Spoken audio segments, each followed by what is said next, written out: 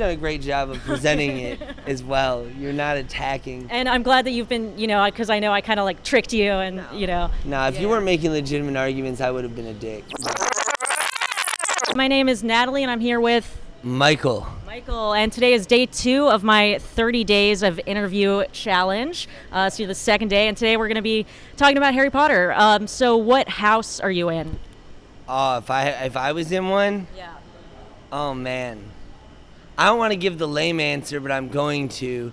Gryffindor, only because I grew up Catholic, and that guilt that fucking sits with me in the back of my brain prevents me from indulging my evil. Hell yeah, I'm a Gryffindor too. High five. Not because of Catholic guilt, but because look, check out this Gryffindor Fucking notebook. right. So what are kind of the main values that Gryffindors live by?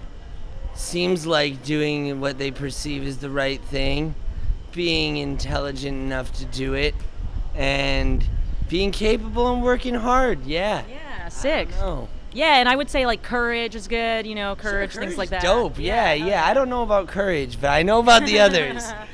So who's your favorite Harry Potter character? Sirius Black. Hell yeah, high five. So I actually want to read you a Sirius Black quote that I like. do, Could you hold yeah. this for a sec? Absolutely.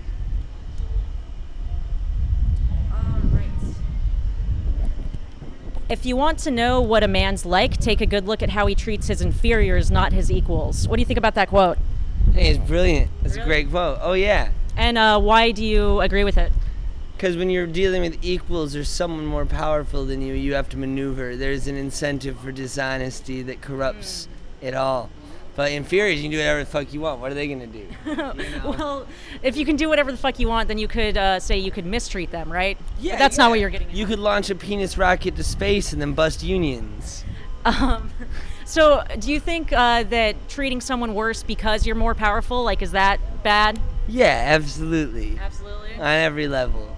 On every level. Capability included, even if Yeah. it's an objective like I'm a doctor and you're not, does not increase my value, just means I know more about medicine. Yeah, totally. I agree that that's another quote that I was going to read by Dumbledore that says, it's not a man's abilities who makes them who they are, it's their choices, or something like that. So you would agree that making choices that are, like you said earlier, kind of morally right is good? Yeah, and most people who are smart don't, because it's not self-serving.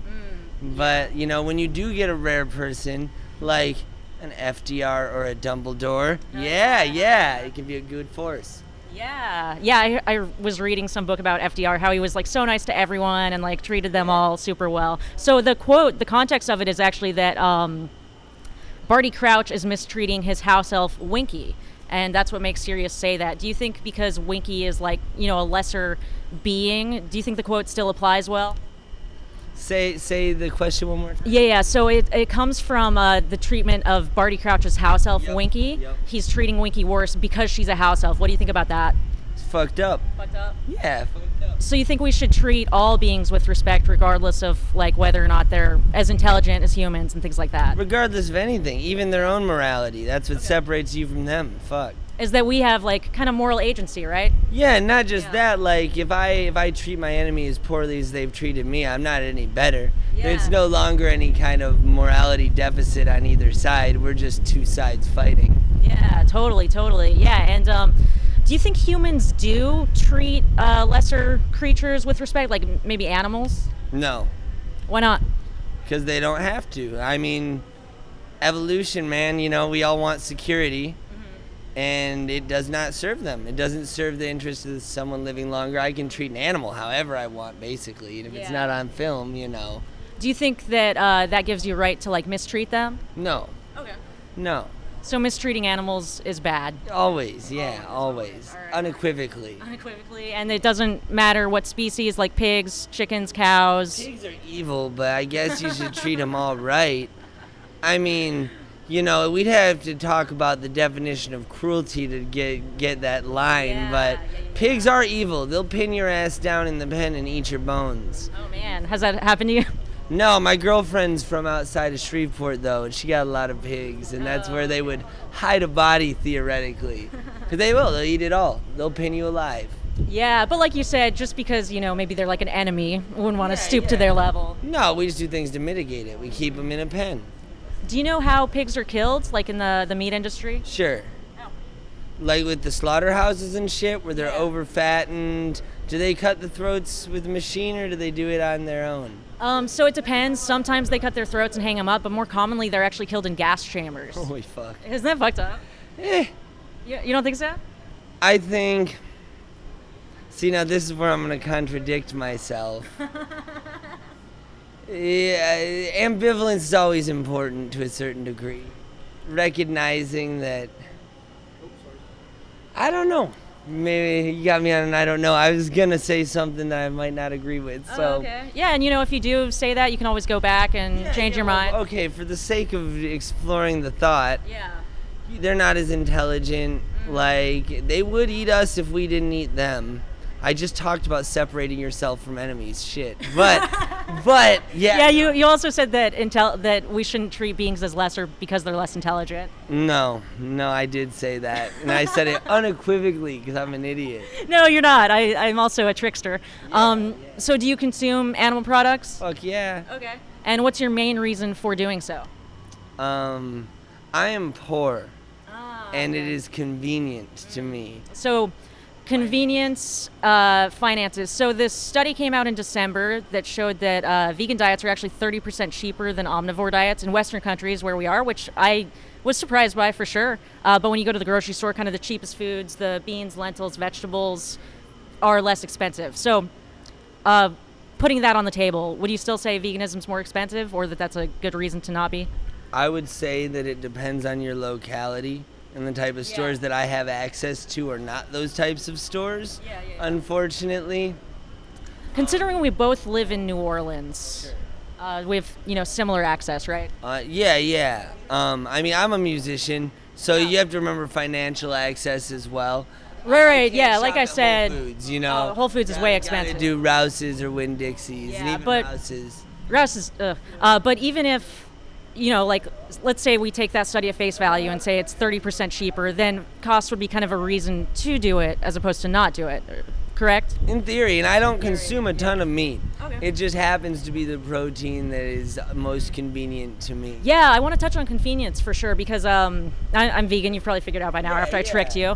Before I went vegan, I thought it would be too inconvenient, and I'm really lazy. Like, I'm incredible. Like, you're a much harder worker than me. It sounds like.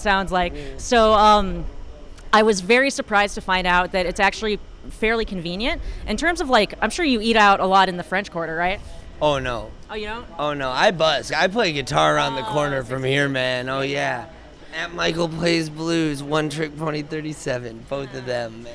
But yeah, so what do you think is more important, your convenience or animals' lives? I think that you can give me the, I understand the apology where it's like, if everyone collectively did it, theoretically it would work. I don't see, there's these industries that propagate it to turn a profit. And honestly, I'm not, I try to be a politically conscious person and socially conscious too. There's a lot of shit going down, man. It's hard to keep up with every little thing. Absolutely, you're right. So I do want to touch on, do you think that an individual does make a difference? Like if someone, But I'll also, like in this context? sure, I mean, the difference is proportionate to the size of the problem. But if you go out there and do what you're doing right now, that has a compounded difference. Well, one thing is I always thought that it wouldn't make a difference, but I found, there's studies that show like maybe going vegan saves anywhere from 30 to 600 animals per year. Do you think that's a pretty big difference? Like if you looked out and you saw, like, let's say somewhere in the middle, like 100 animals. Honestly, based on what I know about the numbers we keep, probably not. So you're disagreeing with kind of what people say about it? With both the quantity and access, people like where my girlfriend's from, she had people in her elementary school, very rural Louisiana. They were showering with the neighbor's garden hose. There was no feasible way for them to exist. Yeah. So, and that's the feasibility argument, but No, I think that's an important point that, like, maybe not everybody has the ability you to, can make steps but do you to think that, like, maybe you do have the ability? Yeah, I mean, I don't know. Holding me to the question, I honestly, this is kind of apathetic of me, but I gave the example to my girlfriend. She brought up how environmentally awful golf courses are. Are they? She is 100% correct about that. And I try in most aspects of my life to be environmentally conscious and encourage rhetoric that holds companies to account who caused the pollution. However, I told her one day when she was bringing up the golf courses, I'm the only poor person ever who likes to golf. I was like, honestly, just I need my thing, my one thing to stay sane in this world. So one thing that I found out that also is interesting, there was a 2018 Oxford study that compared all the different types of farming in 119 different countries. It found that the single biggest thing one individual can do to reduce their carbon footprint would be to go vegan. Have you heard that before? I think carbon footprints are a lie made up by the fossil. Or maybe it wasn't carbon footprint, it may have been like impact on the planet. Like I said, I understand what you're saying. Collective action does make an impact, but I think we're well past that point if we're talking environmentally, and I think we're at the point where only legislative action against the companies that cause 80% of this, and you know, with the supply of meat too, it's so readily available, that's why it's cheap. Yeah, I think that's important. And one of the things that I think a lot of people don't know about vegans is that we're not only focused on individual change. We do both. Like I work with an organization that runs pressure campaigns against big corporations too. But I do think that individual action is kind of an important part of it. But what do you think is more important? Your taste pleasure or the life of an animal? Well, in that case, yeah, sure, the life of the animal. But if that were the only reason, like I said, it'd be different. But it's the convenience and the... A lot of factors compounded into one, and like I said, that's why I firmly believe you need legislative action. The government subsidizes beef farms. Yeah, they do. And another thing that beef farms do is we are fucking running out of fresh water. And it's because of how much they take, along with other things. But it takes an insane amount of water per acre to get you a pound of beef. And because the government subsidizes it, it's going to continue. Yeah, I 100% agree that we need to change subsidies. Do you think that the government would change subsidies if individuals are still consuming these products and, you know, seemingly take no issue with it? Or do you think that maybe we need to fight for it? Like, say you don't want to go vegan, but you want to spend your time, like, fighting against corporations. Like, would you rather do that, or would that be harder? So I think being an example is awesome. And I also think that you hope the right people do it, you know, for different things. There's different political issues that I generally engage with, particularly those of wealth disparity and socioeconomics. Yeah. But I think that both are needed. I don't think that me not participating would make a difference to the corporations. It gives them more incentive to engage in corruption and thus bribe the government to... So you don't think it would make any difference? I think if the subsidies went somewhere else, sure. But I think as it stands, maybe no. I think demanding shit from your legislators is the most important thing you can do. Will you do that? Yes, and I'll vote for people that say that they do that. Okay, and one thing I found out, so there's actually a lot of kind of human harm that comes from animal agriculture as well that I don't think enough people talk about. Do you know anything about animal agriculture and pandemics? Oh, yeah. Oh, yeah. What? Well, the conditions that keep animals so close together, breeding grounds for diseases that can then mutate because of the ample availability of hosts and hop to humans. Yeah, exactly. So do you think maybe if you did find, like, because it sounds like you know that animal agriculture is bad, your main reason you don't want to go vegan is you think that it wouldn't make a difference. Yeah, maybe, and there might be the little selfish, apathetic part of me that's like, I like it and I don't want it to go away. You know, I will admit that impulse is definitely there. Whether or not I am gonna conquer that, you're not making a bad case. I'm gonna be honest. I'm gonna watch this back, I'm sure, and have some questions for myself. Yeah, honestly, I'm just asking the kind of questions because I never wanted to go vegan either, and it wasn't until like I saw a vegan activist asking people these questions, I was like, shit, like maybe I could do it. And then since doing it, it's been like so much easier, more convenient. I save money, I feel better, I feel more connected with the world because I know I'm not like paying to harm animals. Well, let me ask you a question then. Yeah. How do you feel about things that cut the consumption? Like, you know, one of my favorite people, Paul McCartney, super into Meatless Mondays. I love the concept. I think probably more than that. I can't afford to eat fucking meat every day. Yeah, it's you know? expensive. Yeah, pasta and rice. Yeah. But So you're asking, like, do I think the reducitarian model is good? yeah, what do you think Yeah. about it? I think it's certainly better than nothing, but like let's say everyone did Meatless Monday, right? Yep. So we kill 70 to 80 billion land animals every year. Let's just say let's say it's 70.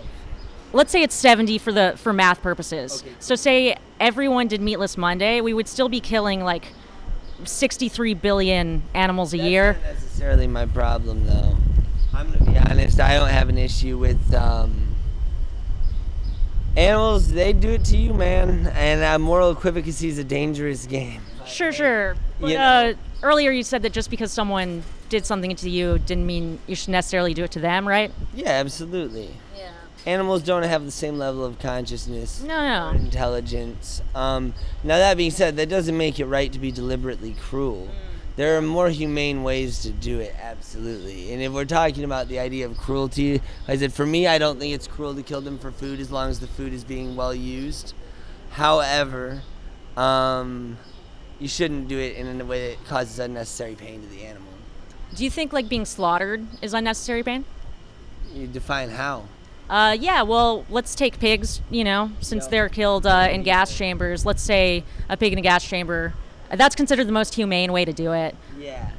I mean, honestly, a bullet sounds more humane to me. Yeah. But they probably have an argument about it ruining something, so they can't sell it. That's wrong.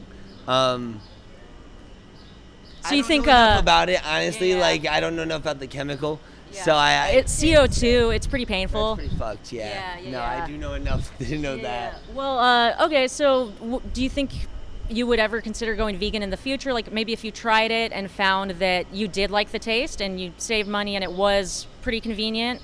I'm gonna consider it after this. Honestly, I've not had a serious case presented to me. Yeah. I do have two questions for you. Absolutely, yeah. The first one is, what does practicality and feasibility, where does that factor into your equation? Yeah. You're obviously never going to convince everyone that this is a good thing.